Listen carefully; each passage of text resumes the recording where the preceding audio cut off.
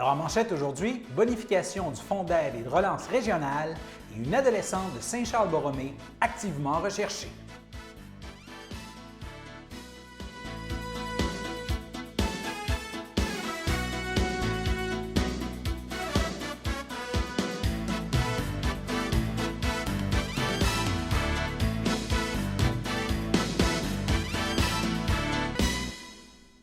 Alors bonjour mesdames, messieurs, mon nom est François Robert et bienvenue à votre bulletin d'information régionale du vendredi 6 novembre.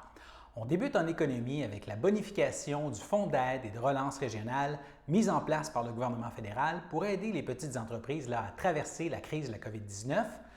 La députée de Sherbrooke et secrétaire parlementaire de la ministre du Développement économique et des langues officielles, Élisabeth Brière, a confirmé hier après-midi que les sociétés d'aide au développement des collectivités de la Naudière obtiennent plus d'1 million supplémentaire pour venir en aide aux petites entreprises de la Naudoise.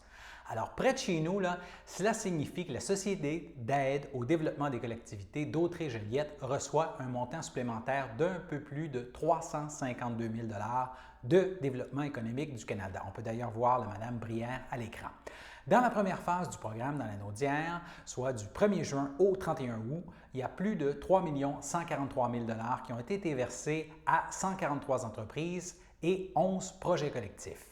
Alors, la secrétaire parlementaire de la ministre du Développement économique et des langues officielles et ministre responsable de Développement économique Canada, Mme Brière, a souligné que les PME fournissent de bons emplois à des milliers de travailleurs dans toutes les collectivités du Québec et que nous devons continuer de nous assurer qu'elles disposent des ressources nécessaires pour poursuivre leurs activités et surmonter la crise. Et ces derniers mois, les SADC ont démontré une fois de plus leur rôle crucial, leur service de proximité, leur expertise et leur dynamisme ont permis à des milliers d'entrepreneurs d'être mieux outillés pour la relance économique. Fin de la citation de Mme Brière. Et pour plus d'informations sur l'aide disponible et ses modalités, les entrepreneurs de la région sont invités à contacter directement la SADC. On reste en économie maintenant. La direction de la salle de quilles Le Carreau de Berthier a indiqué sur les réseaux sociaux que, malheureusement, les circonstances que nous connaissons actuellement les obligent à fermer leurs portes définitivement. La direction en a profité pour remercier sa fidèle clientèle pour les dernières 25 années. Et nous avons fait une demande d'entrevue pour obtenir plus de commentaires. Nous verrons si c'est possible au cours des prochains jours. On poursuit maintenant notre couverture sur l'important dossier de la sauvegarde du patrimoine bâti. Récemment, nous vous parlions du Comité pour la sauvegarde du monastère des Moniales de Berthier qui considère inconcevable que certains envisagent la démolition de ce bâtiment avec une architecture et une histoire bien spéciales. On vous a d'ailleurs parlé du projet de reconversion du monastère qu'il propose. La lutte pour la sauvegarde du patrimoine bâti, elle prend plusieurs visages dans notre région. On vous en présente un autre aujourd'hui, cette fois en provenance de l'île du Pas. L'ancien presbytère de l'île du Pas est un bâtiment exceptionnel selon les experts de la MRC d'Autrey et nous vous présentons aujourd'hui la deuxième partie de notre rencontre avec celui qui travaille très fort pour sauver ce bijou. Et en amorce de cette deuxième partie de notre entretien, je lui demande s'il est somme toute d'accord avec la vérificatrice générale et son rapport au sujet du patrimoine bâti. Il dit que oui et qu'il y a effectivement très peu ou pas du tout d'aide financière disponible pour les propriétaires qui veulent restaurer un bâtiment antique. Et je vous rappelle que les remarques de la vérificatrice générale publiées en juin ont interpellé la ministre de la Culture et des Communications du Québec qui a récemment fait part de son intention de moderniser la loi chapitre. Alors, l'exemple de M. Arsenault est donc d'une très grande actualité. Voici donc la deuxième partie de notre rencontre avec ce grand passionné du patrimoine bâti, Claude Arsenault. Que les bâtiments se font démolir sans cesse et tout, avec plein d'exemples, la maison Boileau, Chambly. La maison ici, le monastère des Sœurs ici à Berthierville a été sauvé in extremis par la ministre à cause de beaucoup de pression à la grandeur du Québec et tout. Mais c'est rare des interventions comme ça et tout. Mais il faudrait quelque chose pour l'ensemble du patrimoine bâti, le petit et le grand patrimoine. Le presbytère, il n'y a plus de curés résidents ici depuis... Ici, Le presbytère a été mis en vente en 1980. Donc, par la fabrique, comment vous dire ça, là? C'était pas un encan, mais avec des offres sous lettres cachetées et tout. Et finalement, bon, il y a un propriétaire qui a acheté et bon, il l'a gardé 3 ans de temps, il a fait des petits travaux. Et après ça, c'est monsieur et madame Trudel qui l'ont pris de 1983 jusqu'en 2019, donc 36 ans. Donc, ils en ont bien pris soin et tout, mais c'est un bâtiment qui demandait beaucoup, beaucoup. Et il y a plein de gens qui étaient intéressés au bâtiment de l'île du Pas et tout, sauf qu'ils étaient conscients de l'ampleur des coûts de travaux et tout. Et bon, moi, quand j'étais en train de travailler la toiture ou travailler un petit peu à l'extérieur, il y a des gens, avant la COVID, arrêtaient pour me serrer la main et de me féliciter pour le travail de restauration, de sauvegarde que je faisais. Puis il y en a qui étaient vraiment émus et tout. Donc, c'est un patrimoine important. Bon, pour les gens de l'île du Pas, mais aussi pour le Québec. En voulant dire, c'est un bel exemple. Bon, c'est la maison du curé, le presbytère et tout. Et ce qu'on voit, c'est qu'au début, c'était une maison québécoise. Quand ils ont refait le bâtiment en 1834 à 37, c'est une maison québécoise et tout. Et en 1887, c'est le curé Vincent Plinguet qui a demandé de faire ce bâtiment-là avec des combles français, puis les lucarnes, et ainsi de suite. Puis il y a une belle description d'un devis. J'ai passé 2 jours aux archives du séminaire au diocèse de Joliette. Et j'ai pu trouver beaucoup de documentation au diocèse. Donc, puis c'est très bien, on a une bonne aide et tout. C'est la Société historique de Joliette qui détient les archives du diocèse et on y a accès par eux et tout. Donc, avec ça, j'ai pu avoir une bonne idée du presbytère, mais aussi de l'ensemble de l'île du Pas, de l'Église, des premières concessions, des premiers seigneurs, et ainsi de suite. Donc, il y a toute une histoire ici, puis bon, il y a même des légendes ici à l'île du Pas, bon, du curé fantôme à l'époque, et ainsi de suite, puis donc, il y a des romans qui sont faits ici. Donc, il y a beaucoup d'histoires ici à l'île du Pas. Ça a arrêté vers 1976, qu'il n'y avait plus de curé et tout. C'est Francine Cardin qui était l'assistante du curé à l'époque, qui venait travailler là et tout. Mais aussi auparavant, il y avait un curé, au lieu de rester dans le presbytère, restait dans une petite maison au bord de l'eau pour... il trouvait ça plus dans la nature, puis plus agréable pour lui et tout. Mais sinon, c'est 1976 que ça l'a arrêté pour les curés. Et évoquer le fait que vous faites une grande partie des travaux vous-même pour justement permettre que ça reste à un coût abordable. Vous avez dit que aussi vous êtes retraité depuis peu. Vous avez quel type de formation pour vous aider justement à pouvoir entreprendre tous ces travaux? Effectivement, j'ai un bon background. C'est que j'étais charpentier menuisier auparavant. Donc, j'ai aussi pris un cours d'ébénisterie sur le tard et tout. Donc, tout ce qui est construction, menuiserie, boiserie et tout, c'est mon domaine et tout. Donc, je suis à l'aise avec ça. La galerie et tout. Et le bois, c'est toujours le point faible. C'est le lien entre le plancher et la base des colonnes. Donc, l'humidité reste et l'eau monte et ainsi de suite et ça pourrit. Qu'est-ce qu'il faut faire? C'est toujours mettre un petit espace entre le bas de la colonne et la base là-dessus. Donc, il ne faut pas que les deux se touchent et tout, là. Donc, c'est ce qu'on va faire. Et il y avait des poules jusque dans les années 2000. Et ça ici, c'était la grange et tout. Et de ce bord ici, c'était le garage. Donc, le garage a été fait en 1887 pour le montant de 18 $. Donc, et ici, normalement, c'est des pas des planches horizontales, c'est les planches verticales qu'il y a en dessous, très larges, avec des clous de forgeron et ainsi de suite. Donc, tous ces bâtiments-là, je vais les restaurer, refaire une bonne base solide et changer tout ce qui est pourri à l'intérieur et tout. Le poulailler, j'ai dû le solidifier un peu, tout comme la toiture de la grange pour pas que ça s'effondre et tout. Là. Donc, ça va être dans peut-être 3 ans.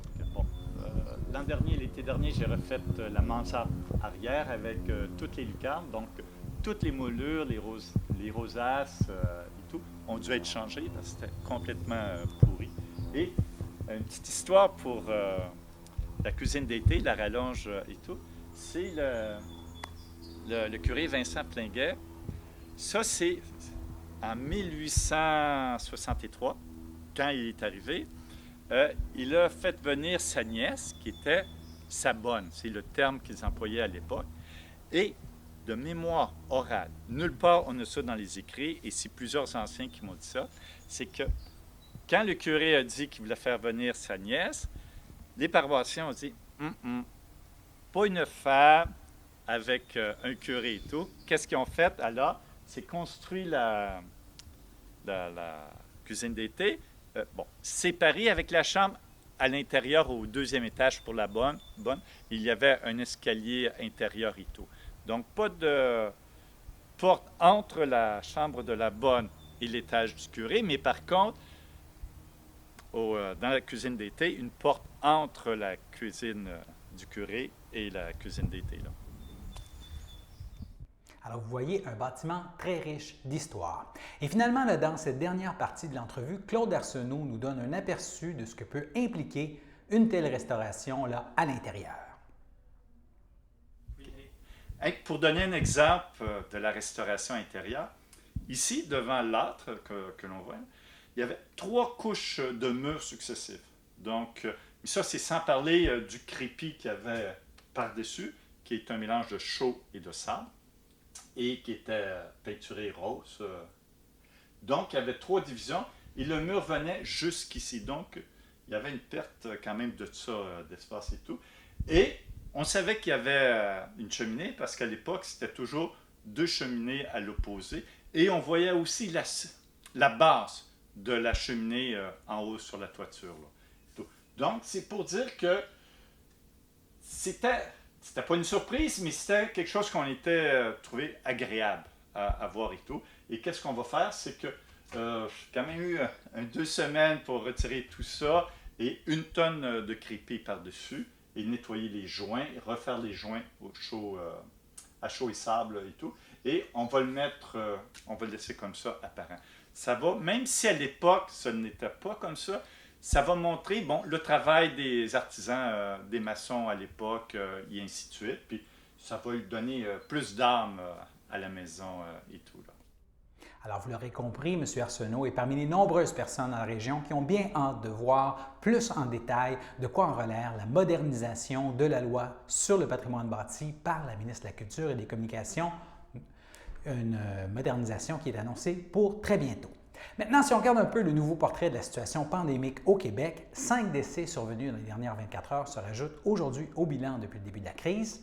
La santé publique signale 1133 nouveaux cas dans les dernières 24 heures. Et en ce moment, au Québec, il y aurait 539 personnes hospitalisées en raison du coronavirus.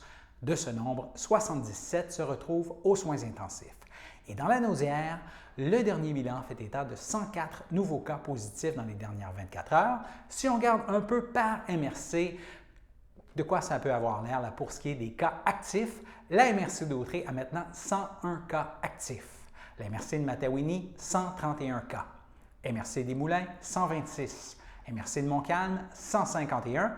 MRC de l'Assomption, 202. Et la MRC qui en compte le plus présentement et de loin, c'est à nouveau la MRC de Joliette avec 409 cas.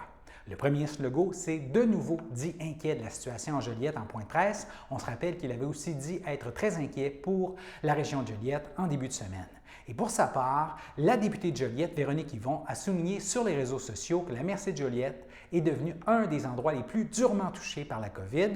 Elle invite ses concitoyens à demeurer prudents et vigilants et à se faire tester au moindre doute. Et cela peut faire une énorme différence pour réduire la transmission communautaire qui est maintenant énorme, 600 cas par 100 000 habitants et qui met grandement en risque nos personnes les plus vulnérables, insiste Véronique Yvon. D'ailleurs, les milieux de vie de nos aînés sont gravement touchés en ce moment et les conséquences sont inquiétantes. Fin de la citation de la députée péquiste de Joliette, Véronique Yvon.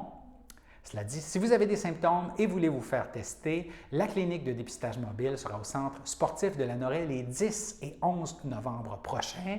C'est en début de semaine prochaine. La clinique sera ouverte de 10h30 à midi et après la pause repas de 12h45 à 16h.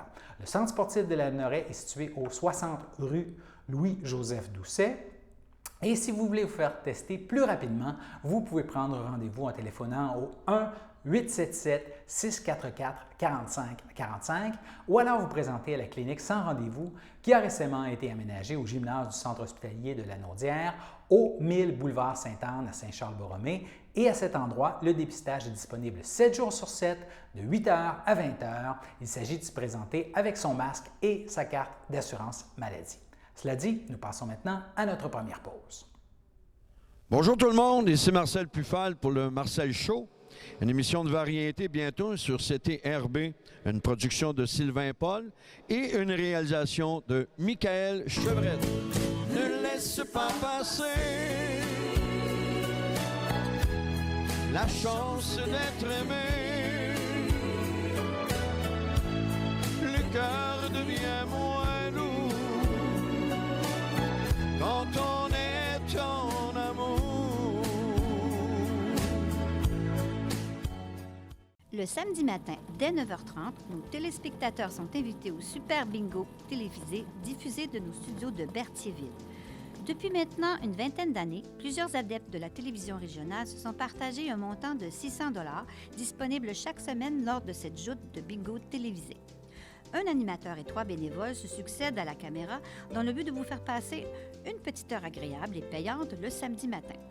On peut se procurer les cartes de jeu chez les dépositaires autorisés participants, c'est-à-dire à Berthierville, le dépanneur Formule 1 rue Gilles Villeneuve, le marché IGA Extra sur la rue Gabriel-Brissette, le marché Métro rue Notre-Dame, la pharmacie Proxime rue Frontenac, le garage Pétroté sur la rue Gilles Villeneuve, et à Saint-Ignace-de-Loyola, le marché Aldo rang Saint-Michel, le dépanneur Le Magasin Esso sur le chemin de la Traverse. C'est un rendez-vous tous les samedis matins à 9h30 sur les ondes de CTRB, votre télévision régionale et communautaire.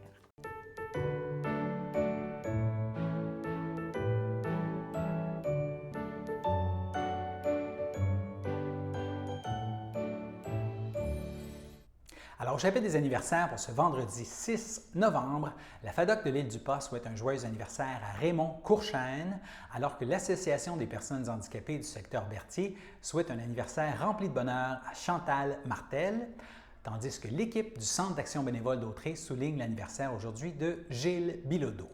Et pour ce qui est du samedi 7 novembre, toute l'équipe de CTRB souhaite une super belle fête à un grand passionné des livres qui anime une émission sur les livres sur nos ondes, M. Louis-Marie Kimpton. Un très bon anniversaire à vous, M. Kimpton.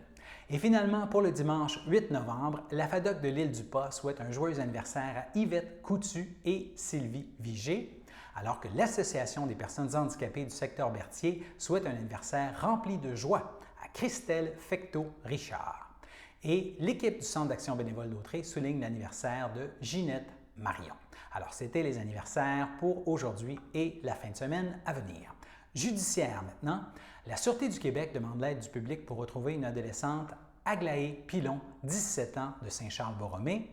Elle a été vue pour la dernière fois à Saint-Charles-Borromée le 2 novembre dernier vers 23h45 et ses proches ont des raisons de crainte pour sa santé et sa sécurité.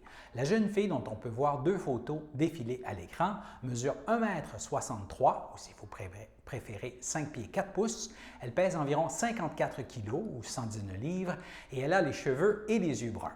Toute personne qui apercevrait Aglaé Pilon est priée de communiquer avec le 911 et toute information pouvant permettre de retrouver cette adolescente peut être communiquée confidentiellement à la Centrale de l'information criminelle de la Sûreté du Québec au 1-800-659-4264. On se déplace maintenant à Berthierville. Insatisfaite des travaux de pavage réalisés sur la rue Giroux, la Ville de Berthierville a entamé une procédure judiciaire contre la compagnie Cintra afin de faire corriger la situation. Les explications de la mairesse Suzanne Nantel. La problématique de ressuage du pavage de la rue Giroux, suite aux travaux de voirie effectués à l'été 2019 et finalisés à l'été 2020. La firme Solmatec, notre représentant, pour effectuer les tests relatifs à la qualité du bitumineux et la pose de l'enrobé, suite à des analyses, a constaté un phénomène de ressuage et a proposé, lors de l'exécution des travaux. La compagnie Cintra, responsable du contrat, a reconnu la problématique et a proposé un moyen correctif. Cependant, la Ville est en droit d'exiger que Cintra prenne les dispositions nécessaires et requises pour que le pavage soit conforme aux exigences du contrat intervenues entre eux. Par conséquent, nous avons autorisé la directrice générale et greffière à transmettre une mise en demeure à la compagnie Cintra à retirer et refaire la deuxième couche de surface, incluant la reprise du lignage de la rue Giroux en conformité et selon les exigences contenues au dossier, et de retenir toute somme due à Cintra Incorporée en vertu du contrat mentionné jusqu'à ce que les travaux correctifs aient été exécutés à la satisfaction de la Ville. Alors récemment avait lieu la remise des prix Denise Lachance-Trudel, des prix qui soulignent le chemin parcouru par des gens qui ont développé leur pouvoir d'agir. Alors nous vous présentons aujourd'hui une autre récipiendaire de la région, Mélanie Suzy Lemieux. Bonjour, on est ici pour remettre un prix de Denise Lachance-Trudel. Déclic est un organisme qui croit en chaque personne et en ses compétences. Le prix Denise Lachance-Trudel nous permet de valoriser les efforts et la détermination de Mélanie Suzy Lemieux. Chère Mélanie, que dire? Que dire de ton courage, de ton engagement face à tes enfants? Nous sommes heureux d'avoir été là lors de ta décision de faire un retour aux études. Je me rappelle, tu me disais vouloir être plus qu'une maman.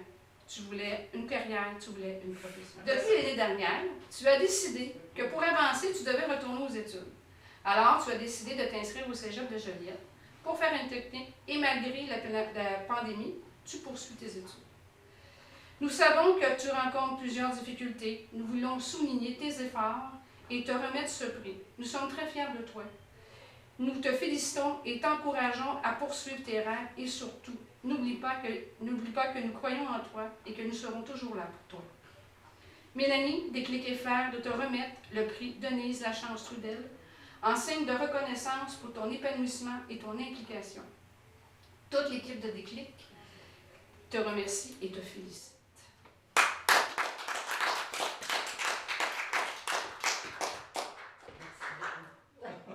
Je ne sais pas quoi dire d'autre. Merci beaucoup. Ça a été tout pied dans le fond pour m'aider. Vous avez été là pour m'aider. Merci beaucoup. Et nous passons maintenant à notre seconde pause. J'ai 57 ans et je suis préposée d'aide à la vie domestique depuis bientôt 8 ans. C'est très difficile de résumer en un seul mot ou une seule émotion tout ce que ça m'apporte parce que c'est riche de sens de toutes sortes de façons. Ce travail-là, pour moi, dans mon cas, ça m'a réconcilié avec le monde du travail parce que je ne pensais pas qu'on pouvait gagner notre vie en ayant ce sentiment-là, en étant si heureux d'aider, puis on se sent utile, puis on se sent attendu, puis on sent que je sens que mon travail est important, pas juste pour ces personnes-là, mais pour la société aussi.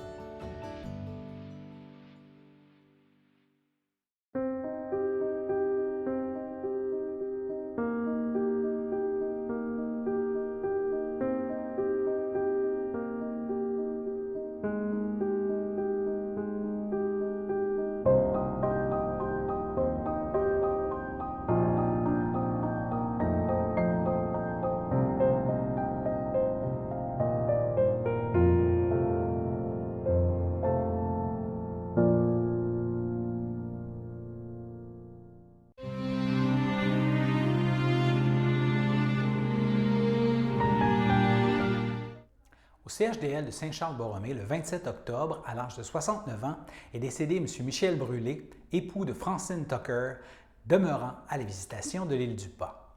Il laisse dans le deuil, outre son épouse, ses enfants, Francis Brûlé, Caroline Brûlé et son conjoint Steve Courchaine, laisse aussi dans le deuil sa petite-fille Jennifer Brûlé et son conjoint William Lavoie-Morel, laisse aussi dans le deuil ses frères, sœurs, beaux-frères et belles-sœurs, Céline Brûlé et son conjoint Guy d'Aragon, André Brûlé et sa conjointe Lynn Majot, Martial Brûlé et sa conjointe Sylvie Moreau, Carmen Brûlé, feu Sylvain Huard, Louise Brûlé et son conjoint Michel Tremblay, Émile Brûlé, Michel Tucker, ainsi que plusieurs neveux, nièces et autres parents et amis.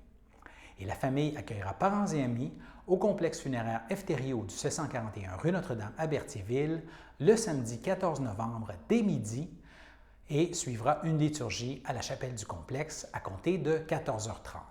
Et M. Brûlé, M. Michel Brûlé, là, sera inhumé au cimetière de Saint-Ignace de Loyola. Au CHSLD Saint-Eusèbe de Joliette, le 3 novembre, à l'âge de 79 ans, est décédé M. Jean-Paul Sylvestre, époux de Danielle Giroux, demeurant à Sainte-Geneviève-de-Berthier. Lui a précédé sa fille France Sylvestre. Il laisse dans le deuil son épouse, Danielle Giroux, sa sœur, son frère, sa belle-sœur et son beau-frère, Céline Sylvestre et son conjoint Paul Laforêt, Alain Sylvestre et sa conjointe Gisèle Lavallée, ainsi que plusieurs neveux, nièces et autres parents et amis. Et la famille tient à remercier le personnel du 4e étage pour les bons soins prodigués à M. Sylvestre. La famille accueillera parents et amis le dimanche 15 novembre dès 13h au complexe funéraire Efterio du 741 rue Notre-Dame à Berthierville, où suivra une liturgie à la chapelle du complexe à compter de 15h. Et la dépouille de M. Sylvestre sera ensuite mise au columbarium avec sa fille France. Pour ce qui est là, des 2 personnes qui seront exposées dont on vient de vous parler, veuillez noter qu'un registre des visiteurs est obligatoire maintenant au salon, ainsi que le port du masque afin de respecter les règles de la santé publique. Cela dit, toute l'équipe de CTRB offre ses plus sincères sympathies aux familles et amis en deuil. Cela dit, nous passons maintenant à la météo.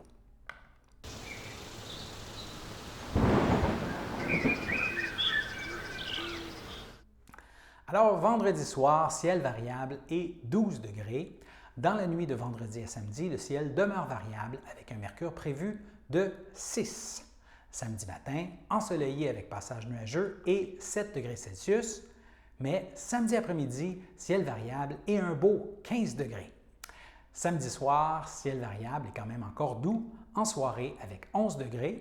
Et maintenant, un aperçu des prévisions pour dimanche, ensoleillé avec passage nuageux et 15 degrés en après-midi. Alors, encore une fois, du beau temps pour racler des feuilles, aller marcher ou peut-être même faire une petite dernière sortie de vélo de la saison. Qui sait, il faut en profiter, il n'en restera plus beaucoup comme ça des journées chaudes. Alors voilà, c'était vos informations sur les ondes de CTRB. Revenez-nous lundi pour un autre bulletin d'information régionale. Merci de continuer de vous informer avec nous et excellente fin de semaine à tous nos téléspectateurs.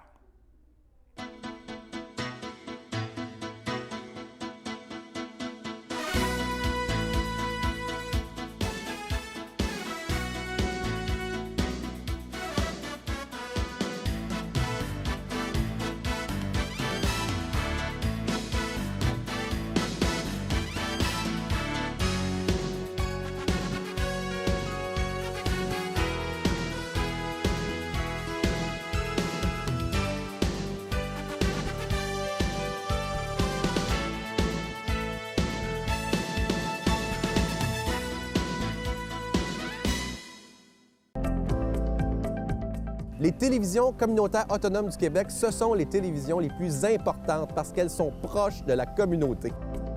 On veut encourager des gens qui parlent de ce qui nous intéresse, mais aussi qui participent au développement local.